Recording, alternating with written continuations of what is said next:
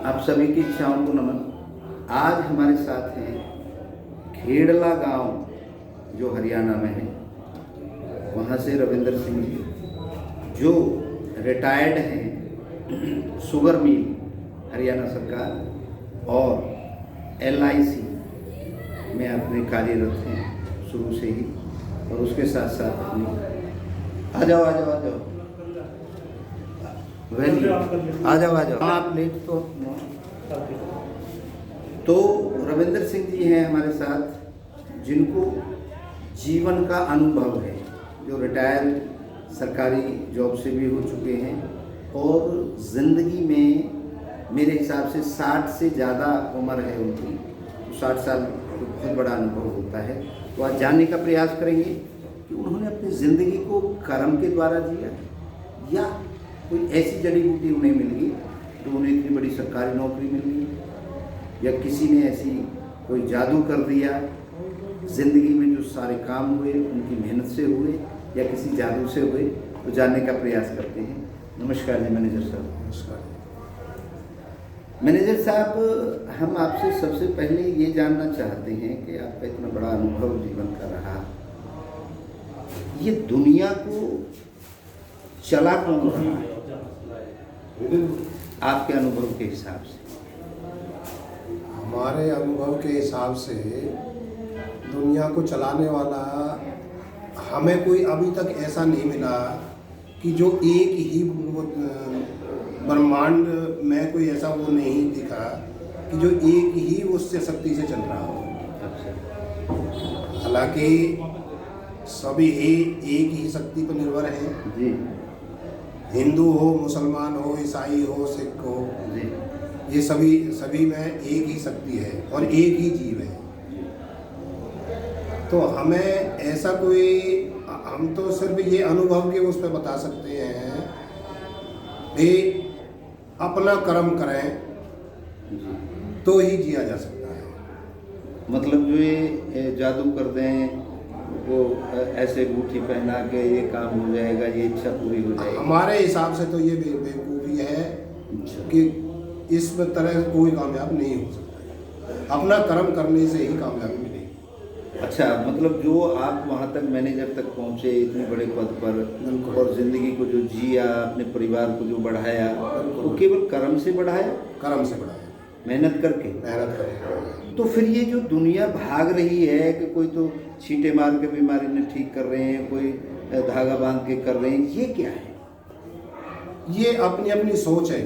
अच्छा, ये सोच ये है कि अब हमने आपने हमारे दिल में कोई भय बैठा दिया भाई, अगर मेरी बात को नहीं मानोगे तो आपको इस तरह की कोई भयभीत कर देंगे कि आपकी बात पे हमें विश्वास करना पड़ेगा।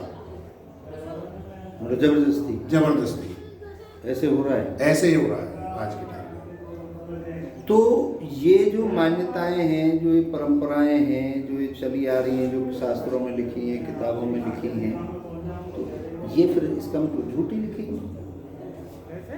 हमें तो कुछ दिखा नहीं, अपना कर्म करने के समय कुछ हमें मिला नहीं। अच्छा, ना हमें कोई ये पद भी अपनी जो हमने जो शुगर मिल में सर्विस की अपने बल पे की, किसी का हमें कोई हेल्प नहीं। हमने जो कर्म किया, हमने अपने कर्म पे सफलता मिली। चलिए, अब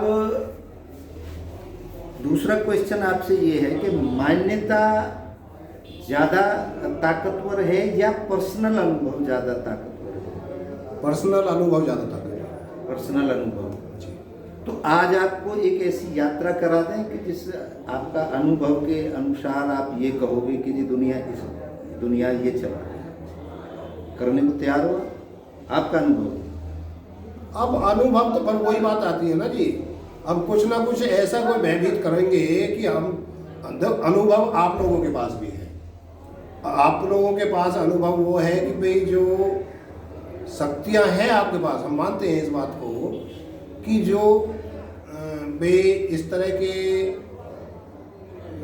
ब्रेन वॉश, हाँ ऐसे बोलते हैं कि ब्रेन वॉश किया कि आप उनको जो है हर आदमी का ब्रेन वॉश हो जाता है और उसको जो उससे हर आदमी भयभीत हो जाता है। अच्छा, चलिए आज आपको एक नया अनुभव कराते हैं। और उस लाइन पे जो आप वाली लाइन पे जाने के लिए आदमी मजबूर हो जाता है। देखिए मैं बताता हूँ आपको, विज्ञान को मानते हैं, मानते हैं, अनुभव में है विज्ञान, बिल्कुल।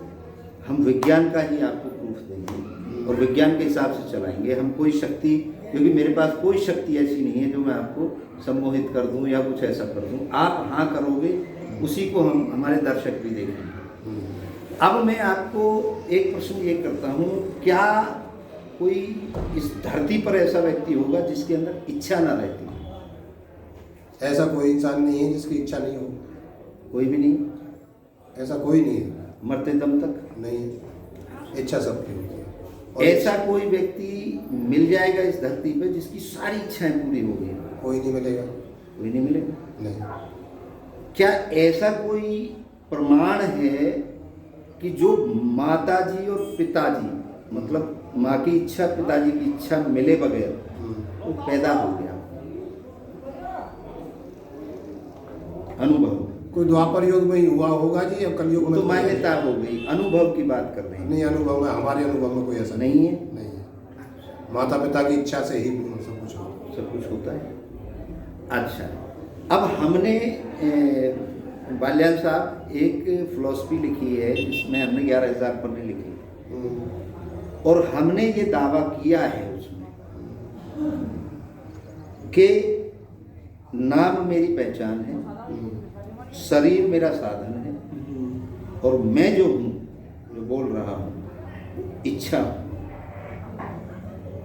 इसमें आपका क्या कहना है?